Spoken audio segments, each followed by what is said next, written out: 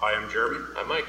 And what we're going to do today is just do a couple ways to break open the arms and get to an armbar.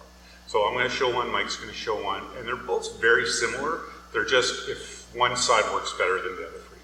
So the first one I'm going to do is I have Mike in an armbar position here, and Mike has his arms closed. So what I'm going to do is I'm going to take the hand closest to his head, and I'm going to sink it under both of his arms and grab my thigh. The deeper you can grab, the better. My other arm is going to come under his leg, and as I come under his leg, I lift him up. This leg here is going to push down on his head. As it pushes down on his head, his arm comes out. I can grab his wrist, and I can go into the armbar. Okay guys, so we're here. We're at the armbar. You fought long and hard to get here, but how do you finish it?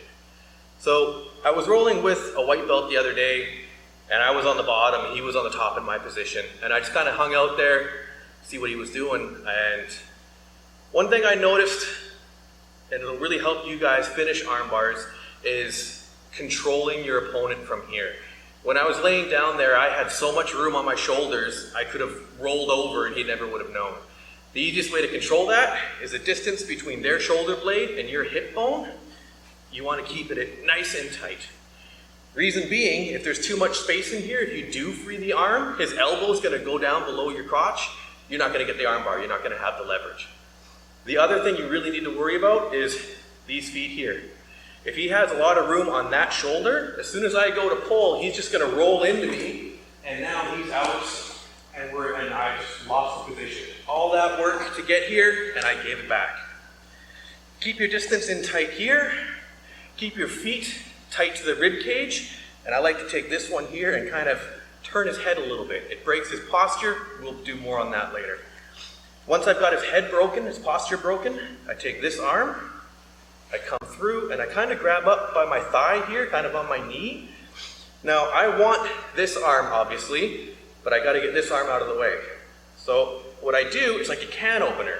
I lift my elbow, I lift my shoulder, and I use this as my fulcrum. And I just pop. Once I get here, before you fall over, I like to brace my elbow for this. This hand just became free. His structure's gone. He has no strength left. I loop under, and then I fall back. Remember? Thumb up. And then you can quickly finish the armbar.